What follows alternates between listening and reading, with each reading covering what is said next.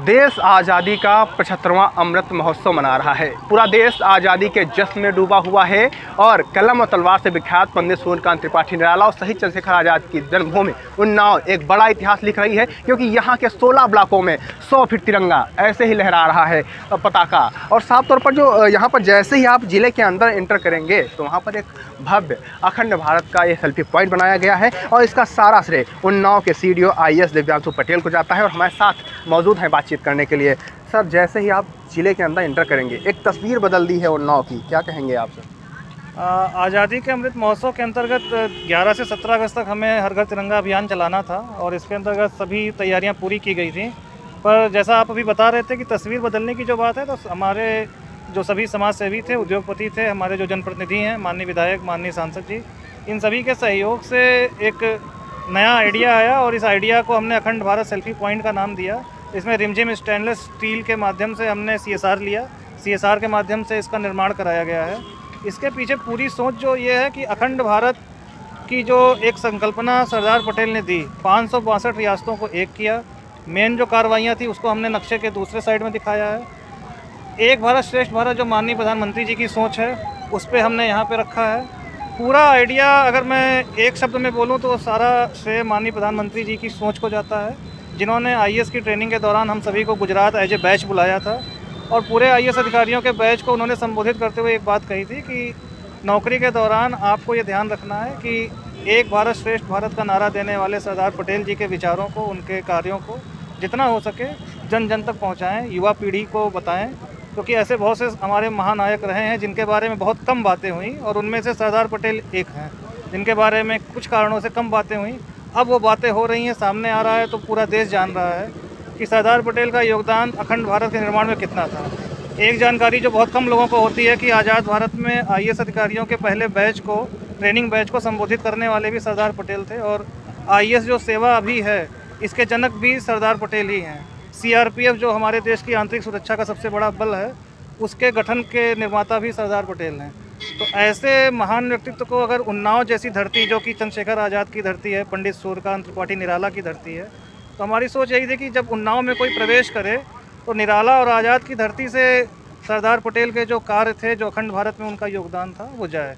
और इसमें पूरा जो श्रेय मैं देना चाहूँगा वो सोच का श्रेय प्रधानमंत्री मोदी जी को है, कार्यान्वयन करने का श्रेय उन्नाव के नागरिकों को है, जिन्होंने इतना ज़्यादा सहयोग इस पूरे मुहिम में दिया कि पूरा ये कार्य जन सहयोग से हो गया और ये संभव नहीं था।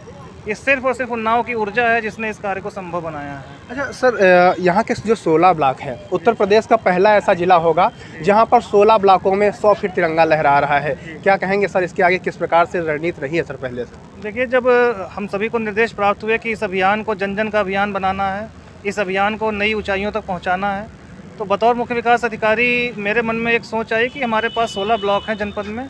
सभी खंड विकास अधिकारियों से बात कर यह अपील की गई कि अपने ब्लॉक प्रमुखों से बात कर लें और उनके माध्यम से अगर यह संभव हो तो 100 फीट तिरंगा लगाया जाए, एक नया संदेश दिया जाए।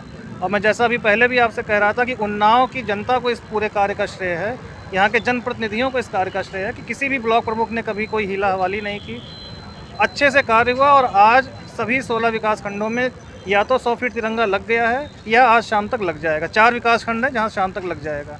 सर, ये देखा गया है कि अभी विगत 3 महीने के अंदर यहाँ पर कई सेल्फी पॉइंट बनाए गए। पहले यहाँ पर कोई सेल्फी पॉइंट नहीं हुआ करता था, युवा दूर दराज जाया करते थे, अब यहाँ पर कई सेल्फी पॉइंट हैं। यहाँ के युवाओं के लिए क्या कहेंगे आप?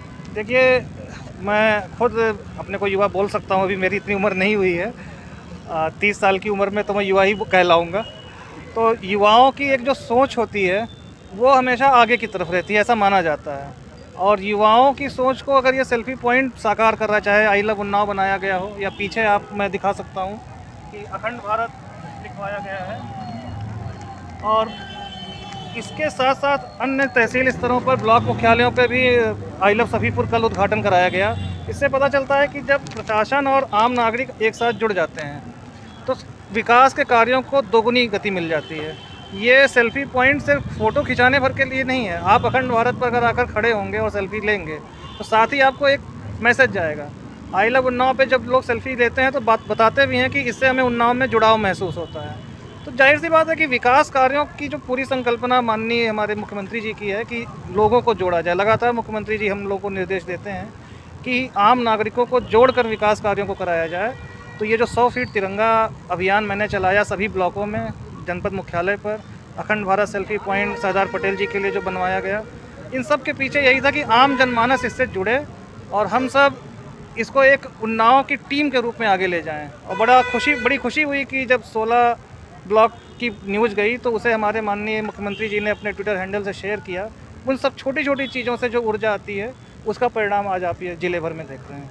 धन्यवाद सर बातचीत करने के लिए। ये थे उन्नाव के सीडीओ IAS दिव्यांशु पटेल, जिनकी पहल है जो तस्वीरों में साफ तौर पर बयां हो रही है। तस्वीरें आप देख सकते हैं कि किस प्रकार से यहाँ पर दर्शाया गया है। सरदार वल्लभ भाई पटेल जब थे तो किस प्रकार से अखंड भारत के रूप में सेल्फी पॉइंट बनाया गया है। और जब जब इस तरह के यहाँ ये सेल्फी पॉइंट रहेगा, जब तक इसकी एक ईंट रहेगी, तब तक कि IAS दिव्यांशु पटेल का नाम लिया जाता रहेगा। जितेंद्र साजा, TV9।